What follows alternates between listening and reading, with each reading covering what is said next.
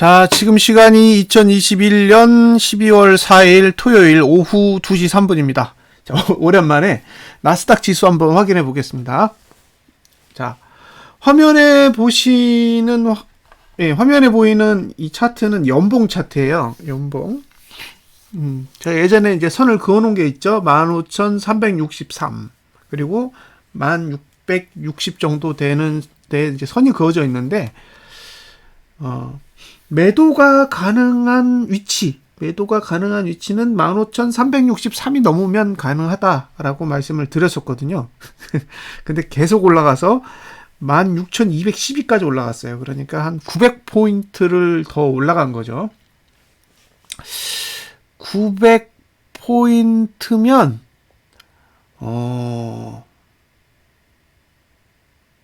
꽤 높은 수치죠. 900포인트가 올랐다라는 거는 15,000 기준으로 따졌을 때 6% 정도 되나요? 예. 6%. 그러면 18%잖아요. 15,300에서 150씩 따졌을 때 300, 600, 900이니까 6% 정도 올랐었다라는 얘기예요. 그러니까 6%가 오르면 SQQQ는 18%가 빠지죠. 그러니 이제 여기서 SQQQ를 사신 분들은 얼마나 황당했겠어요. 그래서 그냥 조용히 있었습니다. 어차피 15,363 위로는 매수는 할 수가 없잖아요. 상방을 볼 수는 없는데 계속 버티고 있으니까 일부러 분석도 안 하고 계속 기다리고 있었어요. 떨어질 때까지. 어쨌든 다행히 15,363 아래로는 내려온 상황이에요. 15,363 아래는 내려왔는데 이제 문제는 지금 봉을 봤을 때 볼린저 밴드 20 상단선이랑 아직도 떨어져 있어요. 그러니까 저 차트로는 아무런 답이 없는 거예요. 저렇게 봉을 그리는 케이스는 진짜 흔치 않거든요.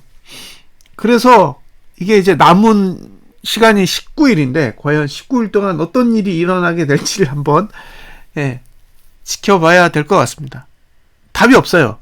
이렇게 봉을 그린 적이 없었기 때문에 지금 봉은 해석이 안 됩니다.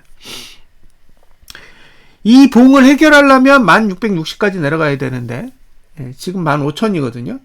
15,000이니까 4,400포인트 이상 내려야 돼요. 4,400포인트. 그러면 15,085에서 4,400포인트가 도대체 몇 프로냐? 한번 제가 정확하게 계산해 볼게요. 15,000, 그 다음에 85에서 1660을 빼면요. 1660을 빼면,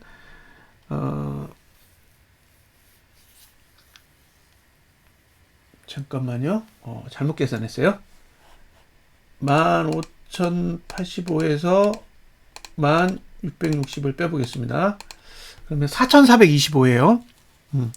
4,425를 15,085로 나누면 몇 프로가 내려야 되냐면 29%가 내려야 돼요. 29%. 그러니까 지금 상황에서 29%가 내려야 정상적인 상황이라고 볼 수 있어요. 29%. 남은 19일 동안 29%가 내린다라는 거는 거의 하루에 2%씩 내려야 갈 수 있는 수치예요. 자, 국내 지수가 지금 392 정도 되는데 392 정도가 되는데 곱하기 29%면은 0.71이잖아요. 7일. 그러면 지금 현재 나스닥 지수가 정상 수치로 돌아가면 국내 지수는 278이 돼요. 278. 300이 아니라 278입니다. 와, 278이면 엄청난 수치예요. 278? 이따가 한번 278이 어디 있는지 한번 볼게요. 여튼 지금 나스닥 지수는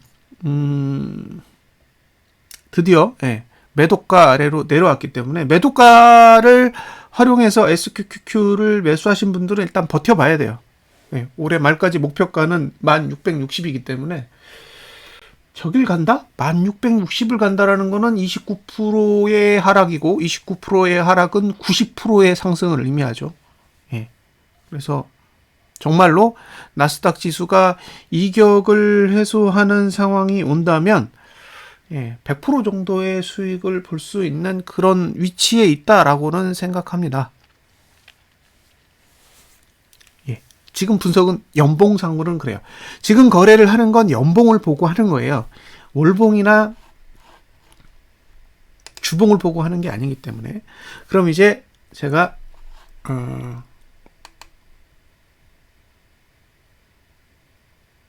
이제 분석을 해드릴게요.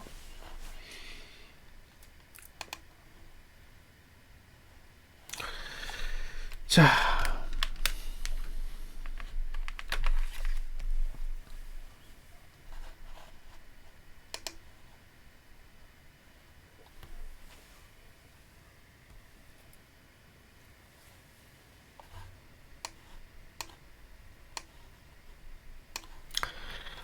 여기서 가장 관심을 갖고 봐야 될 거는 사실 거래량이에요.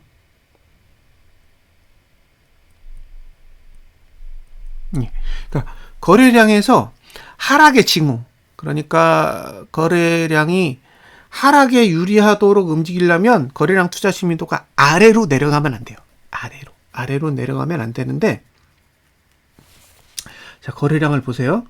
양봉이 났지만 100%가 넘어요. 105%죠. 그리고 지난달에도 110%가 나왔습니다. 이게 무슨 뜻이냐면 이 거래량이 다 1구간을 지나고 있었다는 얘기예요. 여기도 거래량이 1구간이고 여기도 거래량이 1구간이에요. 그러니까 1구간에서 거래량이 줄면 점점 더 상승세를 이어가기에 유리한 구조가 된다라는 뜻이죠. 그래서 지금 2달 동안 이루어진 일은 뭐냐면 거래량을 늘린 거예요. 인위적으로. 거래량을 늘릴 수 있는 방향으로 움직인 거죠. 예. 그래서 10월은 거래량을 늘리기 위해서 상승했고 11월은 거래량을 늘리기 위해서 윗꼬리를 달고 내려왔어요. 그리고 이제 2개월 동안 거래량을 늘려놓으니까 이번 달은 0구간을 지납니다. 그러니까 이제 더 이상 그렇게 할 필요가 없는 거죠. 1구간이기 때문에 아래로 내려가지 않기 위해서 움직였다면 지금은 이제 올리는 거예요. 그래서 이게 올라가면 드디어 하락이 시작되는 그런 형태가 됩니다. 자, 두 번째. 지금까지의 저가 투자 심리도의 데드라인이 여기예요. 여기, 그리고 여기입니다. 근데 지금 깨졌어요. 그러니까 1번, 2번, 3번 영역에 저가 투자 심리도의 저가 투자 심리도 그 바닥을 지금 붕괴한 거예요. 그래서 지금 상태면 사실 제일 먼저 깨야 될 거는 여기예요. 여기. 단기적으로는 1. 여기가 첫 번째고요. 그 다음에 깨야 될 때는 여기에요. 2번. 여기를 깨야 정상이에요, 사실. 왜냐면 저가 투자 심리도가 여기가 기준이에요, 여기. A. 그러니까 지금 A의 저가 투자 심리도를 기준으로 봉은 올라가고 있지만 저가 투자 심리도는 내려가고 있기 때문에 결과적으로는 2번을 붕괴해야 되는데 이 수치가 12,397입니다. 12,397.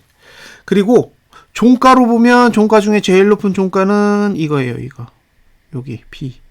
그러면 B 이후에 종가 중에 가장 낮은 종가를 찾으셔야 되는데 그 종가는 여기죠. 여기 C. 그래서 지금 상태로 종가 기준으로는 여기까지 내려와야 돼요.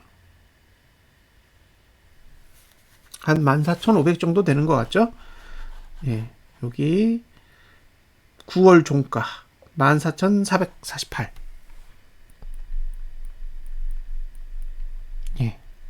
그러니까 지금 월봉으로 봤을 때는 종가 기준으로는 이번 달에 종가가 하락하면 14,448까지 가야 되고, 고가 기준으로는 어딜 가야 되냐면 여길 가야 돼요. 여기가 13,620 정도 됩니다. 그러니까 이게 지금 지난달 고가를 넘지 못하고 내려오게 되면, 지난달 고가를 넘지 못하고 내려오게 되면 1차로 가야 되는 건 14,448. 그러면 일단 600포가 내려야 되고요. 14,448까지 내려왔을 때 다시 위로 갈 가능성은 굉장히 낮아지잖아요. 그럼 그 다음 가야 될 자리는 13,620입니다. 그럼 그 위치에서도 800포가 더 내려야 돼요. 자, 800포가 더 내린 상태에서 가야 될 자리는 12,397이에요. 그러면 그 상황에서도 1,200포인트 정도를 또 더 내려야 돼요. 그렇게 단계 내려야 되죠.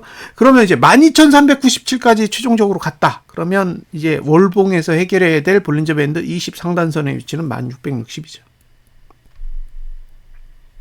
그래서 스텝으로 봤을 때는 그렇게 보입니다. 14,448, 1, 14,448에 도달하면 두 번째는 13,620, 2, 13,620이 붕괴되면 그 다음에 가야 될 자리는 12,393.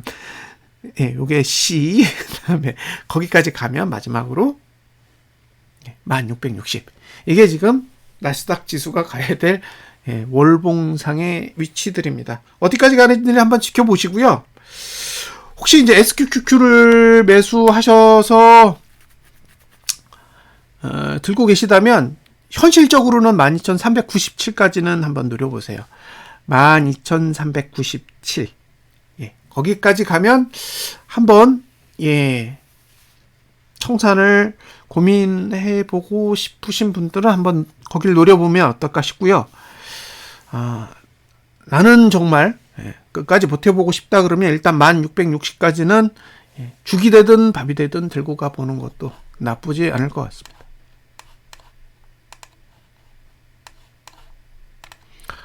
그래서 분석 내용을 안 올리는 거예요. 왜냐하면 지금 상태에서 필요한 건 홀딩이거든요.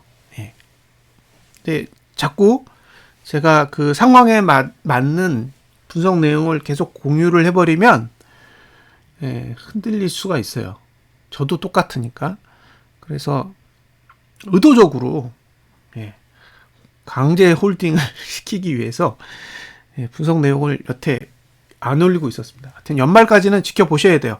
연말까지 최대로 노려보실 수 있는 지수는 1660 정도 됩니다. 거기까지 가면 일단 정상적인 수치에 도달했다라고 볼 수가 있는데, 여기서 한 가지 더 중요한 건 뭐냐면 올해의 목표라는 거예요. 올해 1660이라는 건 올해의 목표지 내년의 목표가 아니거든요. 그리고 내년으로 봤을 때는 지금 나스닥 지수가 하락을 시작해서 끝나는 시점까지 대충 계산하면은 몇 월 달까지지? 여기까지거든요. 여기까지예요. 그럼 지금이 12월이잖아요. 12월 1, 2, 3, 4, 5, 6, 7, 8, 9 내년 9월까지예요. 그러면 만약에 올해 1660을 간다고 가정을 해보세요. 올해 1660을 간다고 가정을 했을 때 내년 9월에는 어디에 가 있을까? 그 생각이 드는 거죠. 올해 1660을 가는 진짜 최악의 상황이 발생을 한다면 내년 9월 달까지 거의 하락이 이어질 텐데, 그러면 내년에는 과연 나스닥 지수는 어디에 위치하게 될지는 한번 생각해 보실 필요가 있어요. 그래서 이게 재수 좋아서 진짜 내린다면 1660까지 내린다면 팔아야 할까? 라는 의문도 들 것 같아요.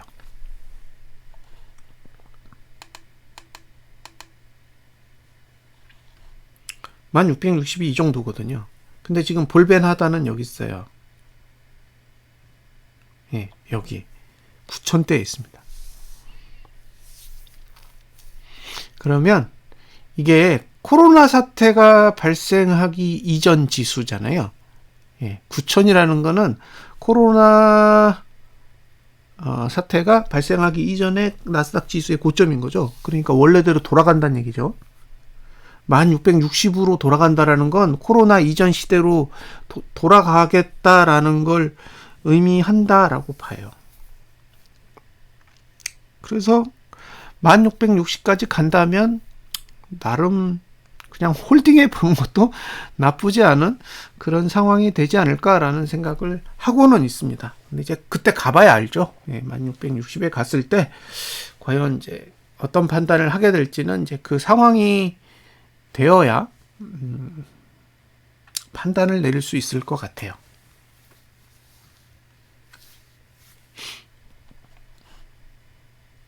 주봉으로 가보면 주봉은 이제 닭 죽이고 끝났어요. 연봉 2개로 완전히 다 죽었습니다. 고가로 보면 꼭지가 여긴데, 예, 이게 꼭지예요. 이거 다 거품이란 얘기예요. 여기가 꼭지입니다. 거기까지 왔잖아요. 잘 보세요. 고가 투자 심리 중에서 제일 높은 게 아마 이걸 거예요. 예, 여기 고가가 14,894고 896이잖아요. 그러니까 이 고가가 꼭지예요. 왜냐면 고가 투자 심리도 중에서 얘가 제일 높거든요. 예, 쭉 보시면 여기가 제일 높아요. 그러니까 거기까지 내려왔잖아요. 이제. 자, 고가 투자 심리도가 내려가려면 아직도 3주가 더 필요하고 이대로 내리면 내년 1월도 쑥대밭이 될 가능성이 높아요.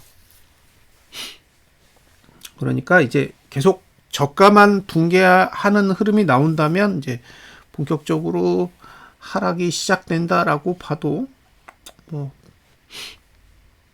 문제가 없겠죠.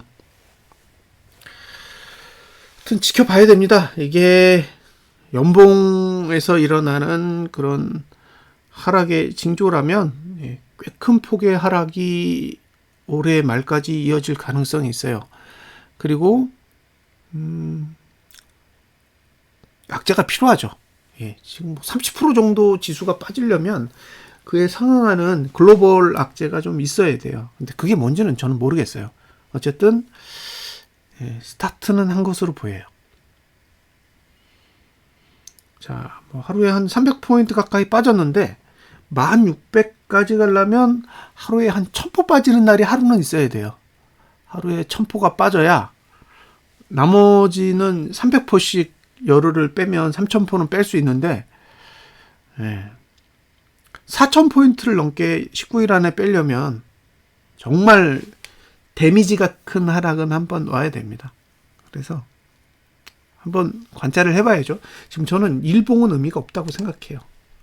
지금 뭐 일봉 뭐 이렇게 내려가고 있는데 이건 큰 의미가 없다고 생각하는 거죠. 지금의 흐름은 일봉이 주도한다기보다는 월봉과 그 다음에 연봉의 문제를 해결해야 하는 상황이라서 일단 연말까지는 어디까지 내리는지는 한번 지켜볼 필요가 있다라고 보여집니다. 의도적이에요. 계속 분석 자료를 올려드리지 않는 건 심리적으로 동요하지 않도록 하는 의도도 포함되어 있으니까요. 참고해 주셨으면 좋겠습니다. 어쨌든 어느 정도는 스타트를 한 것으로 보여서 지켜봐야 될 것 같아요. 연말까지는 어떤 결과가 나오든 한번 지켜보셨으면 좋겠습니다. 자, 분석 마치겠습니다. 감사합니다.